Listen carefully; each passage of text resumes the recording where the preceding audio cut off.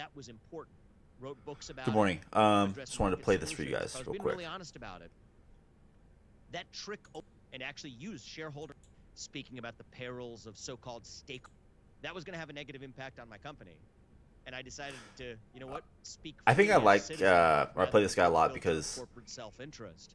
he's One of not the funded by best people, decisions I've and he's made. I've been not, liberated ever since then. people aren't throwing And millions of I've been dollars at him speaking to freely like, across the country. I wrote 3 books. 2 of them are out. Third run his one's coming campaign. out this year. Company, I was the founder. I was the CEO, so I didn't have a boss per se.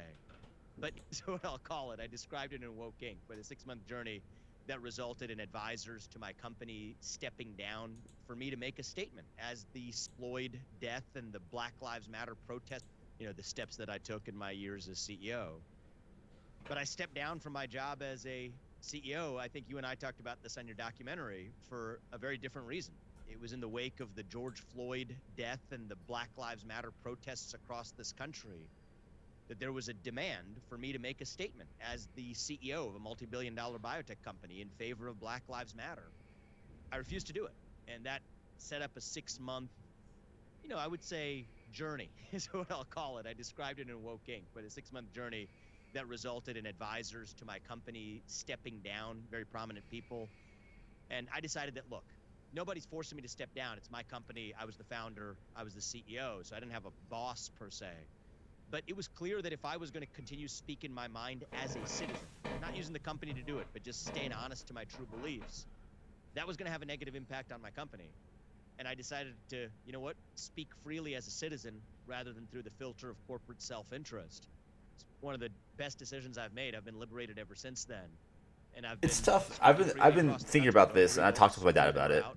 Third one's coming It's out this year. interesting to Been in the majority of analyze states across this country what speaking what a about the person perils of does the and how it woke relates religion, to their speaking about the self-interest, perils of so-called stakeholder or are they capitalism, doing it for the using betterment companies to of advance political those people values around without a them, front their row seat company. to seeing the It's toxic impact of that, both on you capitalism have to. I and I never would say have on actually our looked society at more what broadly. people do in terms of But that. the last piece I of the guess canvas until that led now, me because to I've listened to take the so step many of of these running for fucking president political is like even though I was trying to videos. solve these problems through the market, I actually ended up starting another company called Strive to compete with BlackRock and actually use shareholder power to tell Candidates companies mostly to go say back to like focusing they on want their the products best and for services for profit America. instead of pushing these ESG Um, values, these environmental and social agendas. And Strive's been incredibly successful in a short amount of time too. As much as I it's was interesting. focused I on don't really top-down follow what problem, the president does. I the just see in the state news working with like private actions, companies and to then get their maybe agendas done the through the president back maybe door said that they something couldn't about get done it. through the front door. As much as all of that was important, I guess wrote books it's about it, addressed market the idea solutions. If that I was being really you be honest doing about it, something for your own self-interest that trick is only more works if relevant you when have you're a running culture, for a populace in this country that's president of the willing to United buy up States what or you're any sort selling. of thing. Like And I wasn't going to solve that through writing books or just the market alone or pointing out the problem. And that's when, my wife and I, we had a really deep discussion about this not that long ago, around Christmas break at the end of last year, saying that, I think that we're going to have a national cultural revival to actually address that bottom-up problem. And that's what led me to this most recent step of the journey and running for president. And the goal wasn't just to run for the sake of running. I think the way we drive that cultural change is actually in the way that Reagan drove a national revival in 1980, by actually succeeding and governing with a cultural vision for national identity in America. the first That was comment on missing. this video is And, how this that's chick what doesn't brought me to the interrupt. doorstep of It's this really, presidential you don't journey. see it a lot. She hasn't said a So you word. are the son of This guy spoke for immigrants, is fucking that correct? 5 minutes You straight. just Yep, said. exactly. And yet, are you arguing with me that you somehow were able to make it in life as a brown Yeah. person without having to play the victim Olympics? I mean, how did you do it? I've learned via the public school education system that if you are black or a brown person, you are suffering and you are disadvantaged. It doesn't sound like that has been your life. It's interesting that there is this hyper focus on black people, people that look like me, and yet they do sort of like to ignore the conversation about why it is that actually the most successful group in America is not white Americans, it's Asian Americans. So what do you think is the driver of your success? You're supposed to be a victim, you are brown. Why don't you have this perspective that woe is you? Well, it's a shame, Candace, because I actually even see this in my extended family, in the Asian American community, Indian American community now. The next generation, so people who are in my kids' generation, right? My nieces, nephews' generation, they're now taught to see themselves as victims again, because that's how you get into college. Right? You have to have a sob story. I got into, whatever. I got into the top elite universities by succeeding academically without apologizing for it. Now the next generation, we see those kids that actually are spinning up these victimhood tales to see themselves as persons of color, to sort of say that we, the Indian Americans, are more like the black community than like somebody else because we need to use victimhood as a currency. That worries me. That's part of what sent me on the journey I'm on right now. But for me, my dad had this saying growing up, right? Everybody runs into hardship. Okay, so I told you what my upbringing was a little bit like, but it was like very academically focused. Family was everything. Academic success was everything. And that was really different. So the public school I went through, like, I think it was majority black. If not, it was close. It was a school district that was built through a patchwork of annexations, including some poorer communities. I'm really grateful for the experience. And it was really different than the Catholic school experience I had when I was the lone Hindu kid in the Catholic school too. But I will say that, academic achievement wasn't something that was prized in these other families. In fact, many of these kids, largely black kids, came from single parent households. Big difference. Was I privileged? Yes, I was privileged, not monetarily, not financially, but privileged to have a family that had two parents in the household that made a sacrifice for their kids. And there was the two things that my dad used to say. One is you can make a sacrifice if you know what you're sacrificing for. All right, so you enter a marriage. Okay, you're giving something up.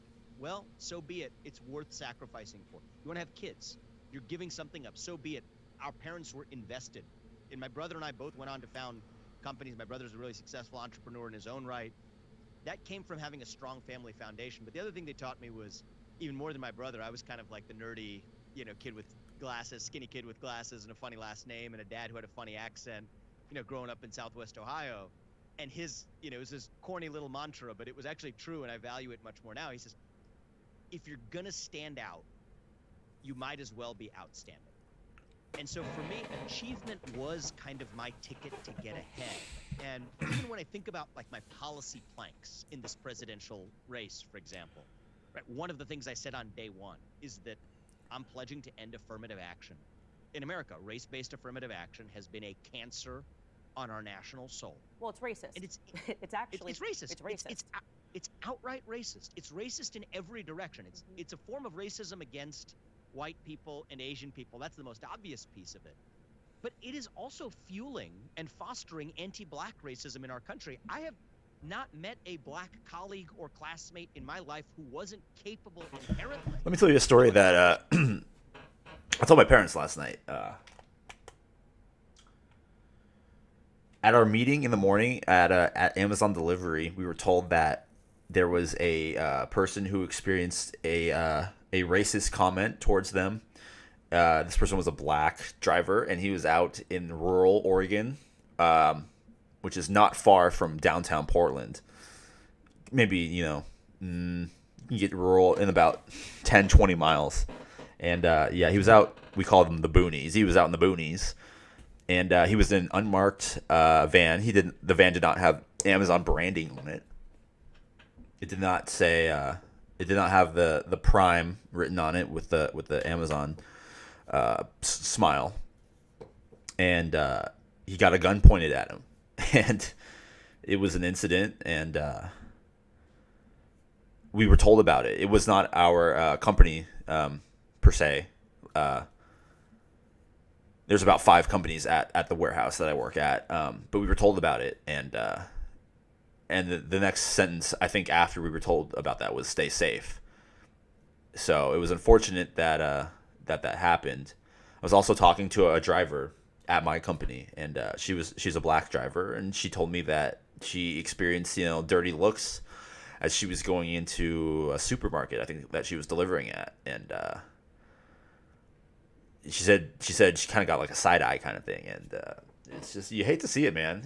And then my first thought was it's fucking 2024, and then and then she said it's 2024. Like, wait, what's going on?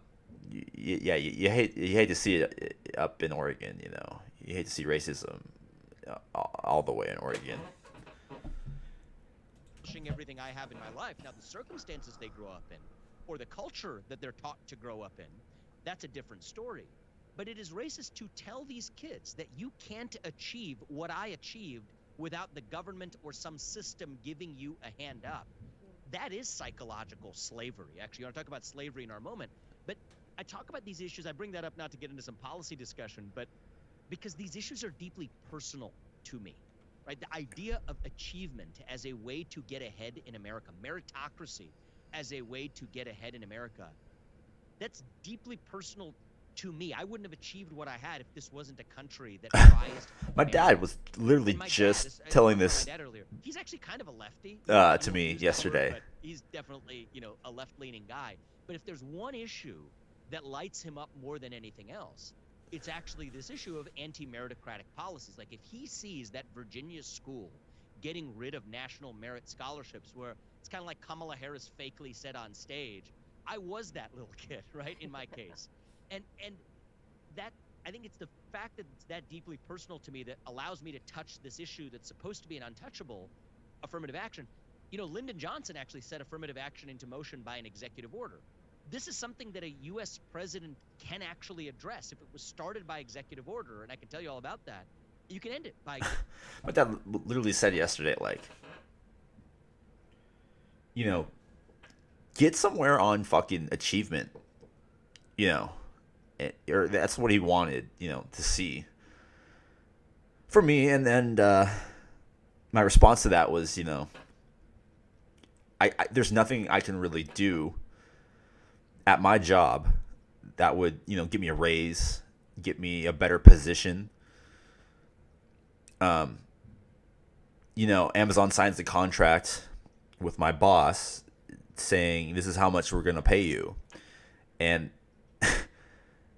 my boss has to profit too. I'm sure they profit, hundreds of thousands of dollars, but it's just not enough to give one person a raise. And nor do I really want a raise. My boss is just too good of a guy. He paid for a replacement phone. He didn't pay for it. He already had a replacement phone, and he just gave it to me when my phone broke, or my phone screen got cracked. And he's like, we don't want you to go pay for a new one. And he just gave it to me. My parents ended up replacing my phone. They gave me a new one, and I just gave it back. But that's a $200, I don't know how much phones are worth nowadays, but it's a $200+ dollar, gift straight to me.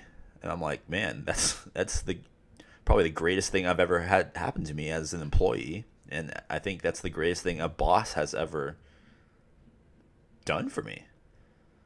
So it's hard to, want a raise from someone who does that for you. Executive order. Not one president, not even one presidential candidate in U.S. history since then has actually pledged to end affirmative action. And the reason why is they're dancing around the issue, and for them maybe it's like in the policy rankings of what their policy briefing people say, they'd say that's a political battle we don't want to fight. For me, it's just deeply personal, is I don't care what the politics of it are, it's the right thing to do. Yeah. And so in some sense, I think it's because of what this country gave me and the foundation that my parents gave me as well that lead me to a lot of the policy views that I'm embracing pretty unapologetically. Because you know what, it's not about the politics of it; it's about the truth of it. And anyway, that was a little bit about what my upbringing was like that led me to some of my views. Well, first, I do want to say also for our listeners that something else to know about affirmative action is that it actually harms Black people that purportedly benefit from it. And Thomas Sowell did a great job examining this. He was an adjunct professor. I want to say it was Cornell. I could be wrong. And he recognized that everybody that was on academic probation, all of the Black kids that were there were on academic probation. And he went to go investigate why that was. And he realized that when you mismatch people, he's like, these people were the cream of the crop. If you had put them out of school based on what they actually knew and didn't force them into schools that were actually above their academic caliber, they would have been at the top of the class. But instead, because they were swimming with people that were more academically capable, they were at the bottom of the class. And so it actually That's right. harms people by mismatching them into universities. And so it's very important. Clarence Thomas has written extensively about that problem as well. And I am also a person that believes that affirmative action should be abolished. Now, it's interesting that you point out people have not talked about this issue. You are correct. Yep. Even on the right, I have so many criticisms of the right, and I'm going to get into those because I want to hear more of your policy answers to it. But even on the right, there is still this fear of being called racist. It's a good conversation. You just don't see it now. Everyone's interrupting each other. A Republican president, Probably because they have different views, but fearful of this smear, of this libel, of people claiming that you're racist, even if everything that you do is not. And it's why they do things. It's why Trump pursued pursued criminal justice reform, to say I did more for Black Americans.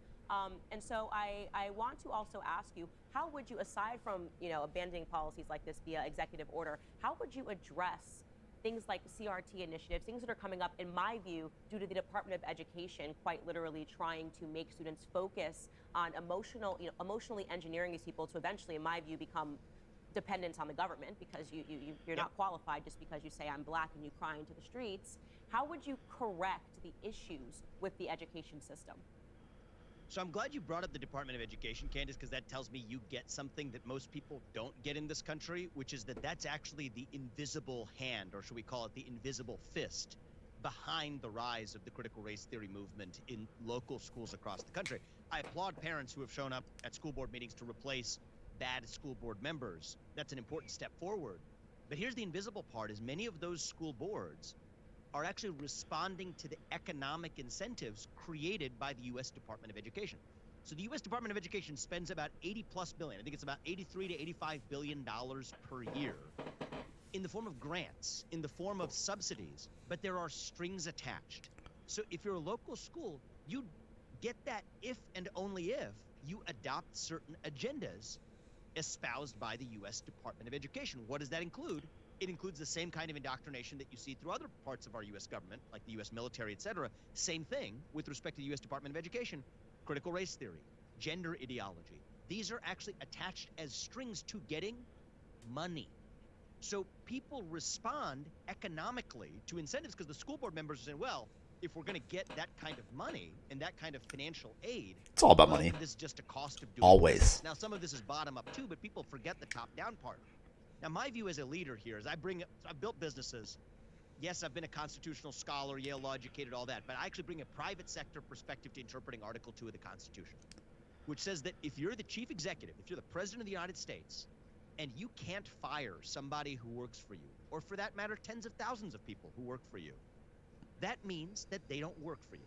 It means that you work for them, because you're accountable for what they do without having any authority to change it. And that's not what Article 2 of the Constitution says. So I take a strong view of executive authority when it comes to downsizing. That these civil service protections, these are congressional statutes from a long time ago that sort of said, your civil service, if you're a civil servant, you can't be fired. I think those are unconstitutional if that's actually what a president of the United States believes is the right way to affect the laws of the country.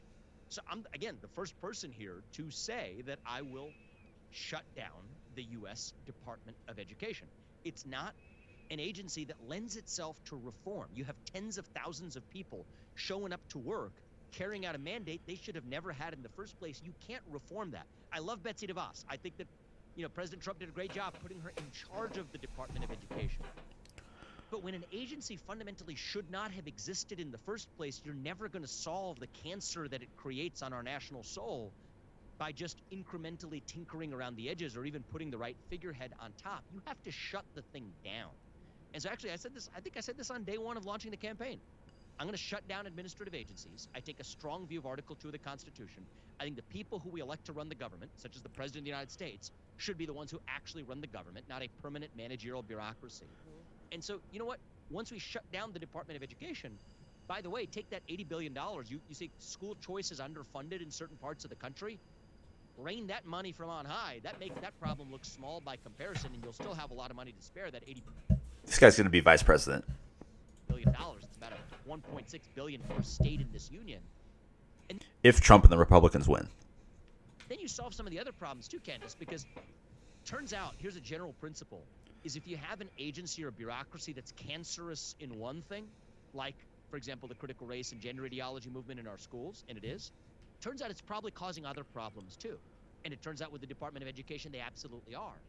You wonder why most people watching this, right, pick up the phone, try to call a plumber or a welder or a carpenter. Turns out that's kind of hard to find in America, and that's actually one of the drivers of inflation. Well, why is that? One of the reasons is, you guessed it, the Department of Education will subsidize a 4-year gender studies major in California, but without any similar kind of program for 2-year study programs for welders or carpenters or mechanics or plumbers or builders.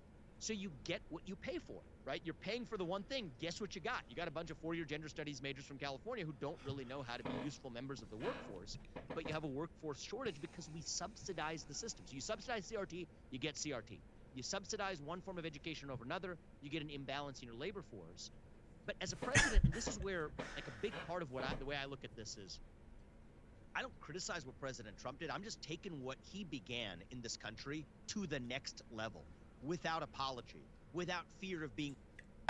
It's hard to run a business, is what I am understanding, you know. Because every action you take has a reaction, and that might not always be positive. The reaction might not always be positive, you know. Called racist or a Christian nationalist or a white nationalist or whatever, that would be a tough sell, I think. But they're going to do it anyways. They do it anyways. They do it anyway. I don't really care. You probably know better than I do, but you know, you've had more experience in this public light than I have. But I'm ready for that. I don't care. I'm 37 years old. I'm a millennial.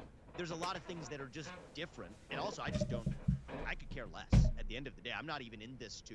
I would rather speak truth at every step of the way and lose this election badly than to somehow find a snakes and ladder. And I see others in this race who are much more politically calculating, savvy types that are thinking about the way they're supposed to play a given issue. I'm not cut from that cloth. I'm not playing that game of snakes and ladders. We're just going to speak truth at every step of the way. Our bet is that's a successful electoral strategy. We'll find out. Maybe it is, maybe it's not. I think it will be.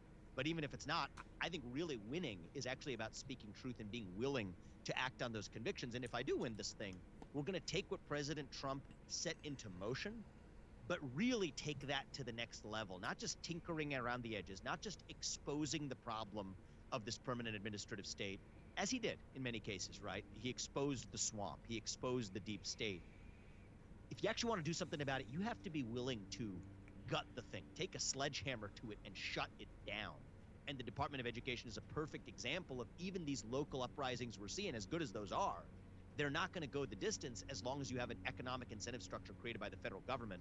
That's why I think the presidency is such a useful position to drive change, because nothing I told you I'm going to do from affirmative action to Department of Education so far is something I'm either going to ask Congress for permission on or for forgiveness on, because Article 2 of the Constitution gives the President of the United States the power to actually do it. That's amazing. And I'm so glad that you brought up welders and builders and people that work with their hands, because ironically I was in Columbus, Ohio last night speaking at Ohio State University, and Are you kidding me? Yeah, I had no idea you were there based. I would have actually invited you on stage, because I think that people needed to hear this discussion. And what I advised them, I said, if you are sitting in school right now because you felt peer pressure from your high school administration, you know, telling you to go to school, and you currently are now engaged in what Thomas Sowell refers to as a soft subject degree, gender, feminism 101, whatever it is, right? Really think critically about what you are going to do when you get out into the real world, because you will meet the free markets, right? And nobody's ever called a gender studies major and said, I really need your help. How much can I pay you to fix this? And so I encourage them on stage to pay attention to that, because you are correct. And it does begin at the high school level. There is this pressure and this brainwashing that if you don't go to school, you will fail. And I see the exact opposite living down here in Tennessee and being able to work with so many people that use their hands. I mean, and I will pay them anything. I say when the AC goes off in Tennessee, the guy that can fix the AC, I don't care if he didn't make it past the 8th grade. Take my money, please fix the air conditioner. These things really do matter, and I think that we've gotten way far from that in America, for people recognizing how important these individuals people can actually make. I'm thank you for making that point to a bunch of kids at OSU. My wife's on the faculty at OSU. She kind of preaches a similar message. It's sort of itching me that we should have no, I had no idea. Done something in person last night. But the reality is, you make a good point, because, and we tell kids at OSU this actually ourselves, even just in the local community here. Even if you do the math on this, you can actually make some pretty good money right now, because the market sets the supply and demand for actually getting useful skill sets that, by the way, right now, because there's such a worker shortage, many of the good employers, small and mid-sized businesses, are even helping pay for your 2-year training, combined with, you know, let's just say 2-year programs and even internships while you're learning, that build you hard skill sets that what happens when you graduate, then you don't have debt. You're actually making more money on average in certain of these professions than even people who came out of 4-year college degree programs. That's an opportunity, right? And I think that the difference is, we have this culture in the country where you only get dignity and respect if you did have that 4-year college education. But now if you reveal that the emperor has no clothes, Actually, there's many paths to dignity, respect, and even financial independence. G's capsules are a great way to make sure you're getting G's capsules. I totally agree, and I want to talk to you about overregulation, which we know is the death to the free markets, the death to competition. A huge topic, something that I think should be at the forefront of discussion, and I know that these are the conversations that regular Americans care about. Coming out of COVID, you talk about Big Pharma. I believe that the biggest drug cartel that has ever existed on the face of the planet exists right here in America. People like to talk about Mexican cartels. I'm like, ha, ha, ha, joke's on you. Everything that they aspired to in Mexico, we have successfully done here in America. A perfect marriage between the drug dealers, the pharmaceutical executives who are locking arms with the government. And you have no say, you're blindfolded, you go in, you don't get to see what the prices are, they send you a bill. And people don't understand that this is not an example of capitalism failing. Actually, our big pharma and the medical industry is the opposite of free markets. And I think people are now starting to realize, and I think COVID represented a very scary moment for mothers. Free market. I was talking to my dad about like communism yesterday and like how it's completely different than capitalism, and I did not consider the fact that free market is a good indicator of a capitalistic society. Your ability to choose, what you buy, and people sell their stuff at different prices. That's a realizing what little power they had over their own children, being told that you're not comfortable necessarily with this vaccine. And full disclosure, Vivek, I am a person that does not vax my children. Not that it matters, it's a personal decision. I'm not encouraging everybody to do it. I came to that conclusion on my own. But how scary it is to think that in this certain environment, you can be uncomfortable. And these are people that vaxxed their children with every vaccine who said, I'm not so sure about the COVID one. I'm looking at these risks, I'm assessing it, I think my child's gonna be fine. And then they're being told, well, if you don't get this vaccine, your kid's not going to be able to go back to school. I want to know. Or in the case of my parents, travel to, different countries.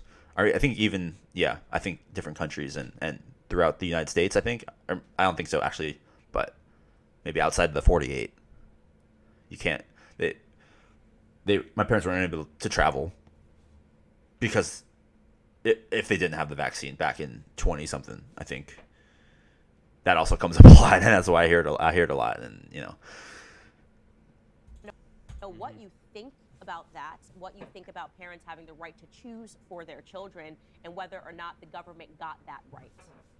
The government absolutely got it wrong, and parents, I feel silly saying this, Candace, because it is so obvious, but here we are talking about it. He's going to say they have the freedom to choose. Parents should obviously have the choice over the medical decisions and even the educational decisions more broadly that their children face without using the weapon of being shut out of schools as an opportunity to actually get them to bend the It's knee. crazy. Like, no way would I have came home in like 2000 and whatever year it was, like 9, from like middle school with a fucking what's the word, itinerary, syllabus. I probably did, but not to the extent of like what you probably need nowadays. Oops. Got it wrong, and parents, I feel silly saying this, Candace, because it is so obvious, but here we are talking about it because we live in the time we do. Parents should obviously have the choice over the medical decisions and even the educational decisions more broadly that their children face without using the weapon of being shut out of schools as an opportunity. Yeah, you would never hear them to bend the knee. Parent come in and choose what your kids learn at a parent-teacher conference. Come from the personal experiences I have had. For example, in the farm industry, this is a separate point we can get to later. I've done business in China. I understood this far before I was interested in politics or any of this. Yeah, I didn't really pay attention to the syllabus. I didn't. And it's worse than you might imagine, even if you're looking at this from the outside in. But on the pharma side of it, when you call it a cartel, some people might think that that's provocative. It's not, actually. It's just almost plainly obvious, right? We have a monopoly-based industry. This isn't like the stuff of, I'm not undermining your discovery here. Very few people are willing to say it, but in a certain sense, Candace, it's kind of obvious, right? You have a government-created monopoly for a handful of actors whose whole business model is to get across the finish line of a regulator, the creator of that monopoly, the government, that lets you across the finish line. And then you sell your products for higher profit margins than any other industry known to mankind. Of course that's a cartel. It's a cartel by definition. It's a monopoly business. That's just what it is. I mean, you could like it, you could not like it. That's the way that it works. But then you have the regulator that mixes in with the monopoly, and I think that's when bad things start to happen. So without just repeating the points that you've made here and elsewhere, I'll just add something that, from my own experience, and it relates to the topic of regulation, is on one hand, you have an FDA that, let's say, there's a drug for endometriosis. So one of the drugs that I developed, that I oversaw, and it's now an approved drug for women who suffer from endometriosis. Really important disease, often ignored. The rest of the pharma industry, by the way, uterine fibroids, endometriosis, didn't pay attention.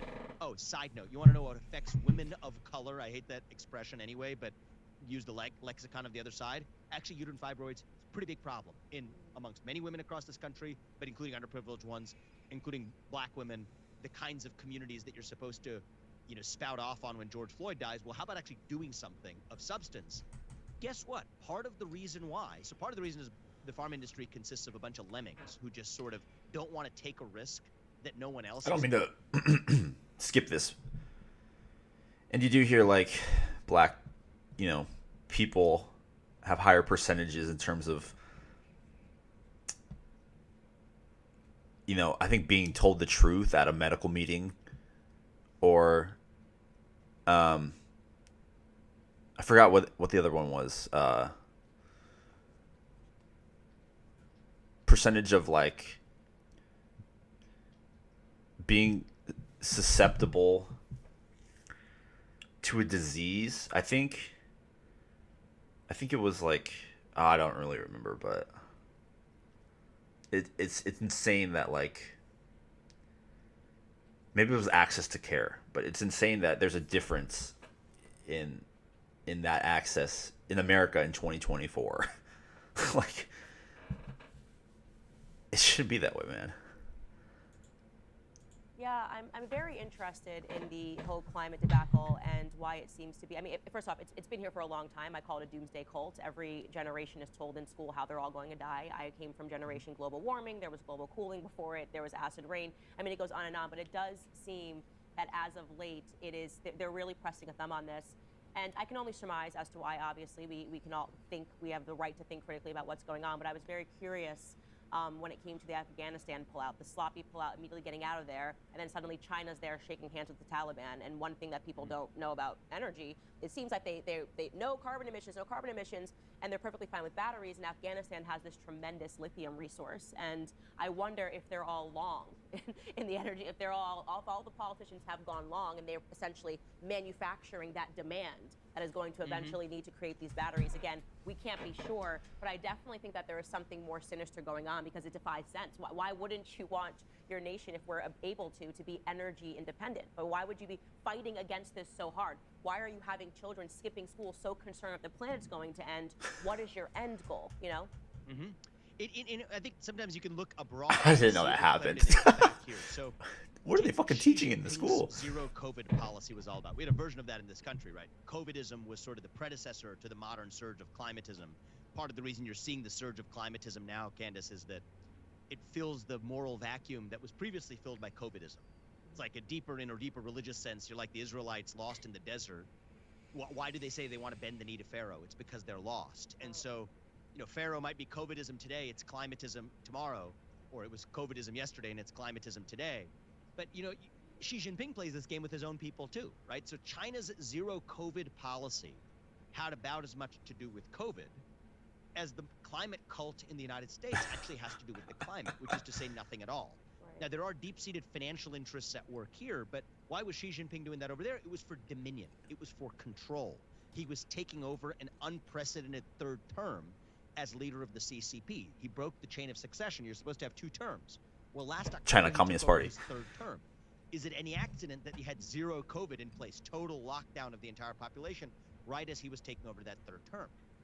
Well, that's exactly what's happening with the climate cult here in the United States. It's just an excuse to exercise dominion and control over a populace that otherwise wouldn't have accepted dominion and control through the front door unless you pick at those insecurities. Because it's like what I told you at the beginning. We have this culture that's lost, a populace that's buying up these. I don't mean to skip these, because we're so. but I have nothing to really say about them. As well. And you're so right to point to sort of this spiritual vacuum, because it is people, no matter what, you are going to pursue Other some than sort of a faith. my dad Now- tells me that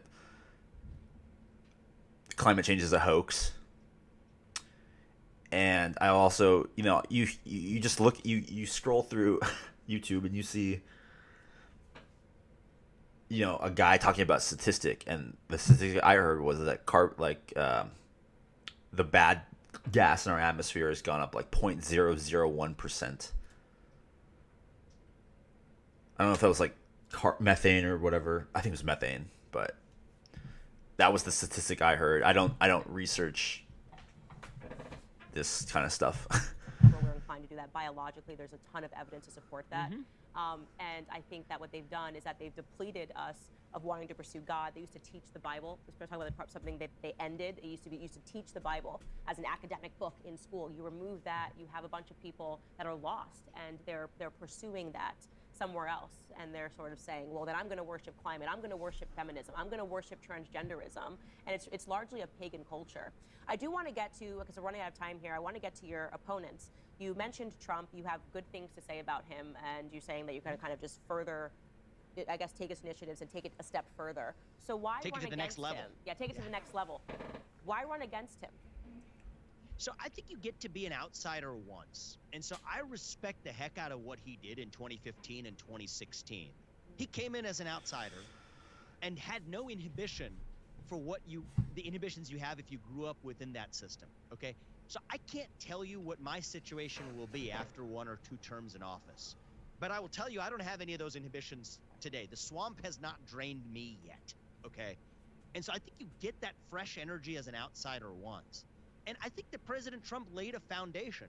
Somebody had to do it. So I can't believe in 4 years that you can have at once both exposed the problem and solved it. But exposing the problem, it wears on you. I mean, I'm President Trump is a friend. As I understand, you guys know each other. You're friendly as well. Is he the same person today that he was even back in 2015? Of course not. These experiences change you. Will I be the same person 4 or 8 years after serving that I am today? No, but I'm fresh and ready to go. And I have actually seen a lot of the areas where he could have gone further but didn't. I'm not saying I would have done better in 2016 either. But against the backdrop of learning from that foundation and having fresh legs and the lack of inhibition to actually address the problems, there's a reason why I'm the only candidate willing to talk about ending affirmative action. I'm the only candidate willing to talk about abandoning the climate cult. I mean, these are 2 of my top priorities. These are things the President of the United States can do. Shutting down the Department of Education. A chief executive can actually do this. I'm not blaming President Trump for not doing it, but if he was going to do it, it would have happened already, right? We still have a U.S. Department of Education. He put the best person he could have in charge of it. This is about taking that to the next level. And so my best case scenario here, Candace, would be I would love to have him as an advisor, okay?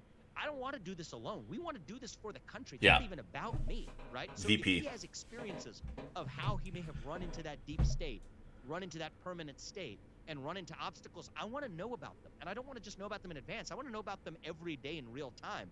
I think he could make for a legendary presidential advisor, because unlike the other advisors who themselves are creatures of the so-called swamp itself, you want somebody who actually had the experience of trying, having had some successes, and then having had some failures along the way. The next time you have an Anthony Fauci or Merrick Garland or James Comey or whoever who resists their legally ordained scope, you got to do what the Constitution empowers you to do. You fire them. You fire the managerial industrial complex around them, the legions of people under them. Now, I want to know, did that occur to President Trump? What obstacles did he run into? Great. Arm me with that. But I've got fresh legs. I've got no inhibitions. I don't care if somebody's going to, I think you're going to have a tough time calling me a racist or a white nationalist or whatever, but even, I'm sure that will come too. But I'm unshackled, and you can already see that based on the fact that I'm already taking on issues that even President Trump would have had some difficulty, did have some difficulty taking on. I pressed his policy people on why they didn't touch the affirmative action issue. They said it was not a political hill they wanted to die on. That's an exact quote. Well, you know what? You could drag my dead body out of the White House before I finish taking on that, before I'm abandoned taking on that issue. And I think that we need, you know what? We need to be the party, the GOP, that nominates the outsider. I think that should be the tradition. Let the Democrats be the party of the professional politician. And this is why it really gets under my skin when we see the professional politician, the donor class favorites, rising up the ranks of our party now, which is where my bigger beef is here, not with President Trump. But I think we should be the party for the presidency, not for the Senate, not for Congress, not even for governors. We could debate that on governors. But for the presidency, we need somebody who comes in as an outsider and starts the cycle of the phoenix again. Sometimes you got to burn it down a little bit to be able to have something new that actually rises from the fertile ashes. That's going to be a big part of my approach to governing, starting with that administrative state. And lastly, your thoughts on Governor Ron DeSantis. He is the establishment favorite. He really is.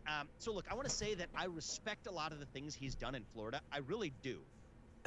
I'm grateful that he's taken a lot of the principles that I've written about in Woke Inc. and elsewhere and tried his best to translate that into action with, I think, some real successes under his belt in Florida. But I think if we're talking about somebody who's going to be representing America across the table of Xi Jinping, you need somebody who has a spine of steel. And I'm just going to be really honest with you. Ron DeSantis is not that person. He just isn't. I think that we see it over the course of the last couple of weeks. The Silicon Valley bailout, and it was a bailout of Silicon Valley itself. I wrote an op-ed in the Wall Street Journal on like rush timeline to get it out there. We did get it out there shortly before Janet Yellen and the U.S. government made the disastrous decision. I think it was disastrous. I don't know what your opinion is on this, but for reasons I've written about, it was a disastrous bailout. I tried to change the See what else she does. Okay, I wanted to speak out quickly, not run it through my political consultants or anything else. I care about the country. It's not even about my candidacy. I can tell you this firsthand experience, by the way. I lost countless big-time donors over that position. They were calling me all that weekend saying, we like you, we want to support you. This is crazy. You can't actually support this. These are America's greatest innovators.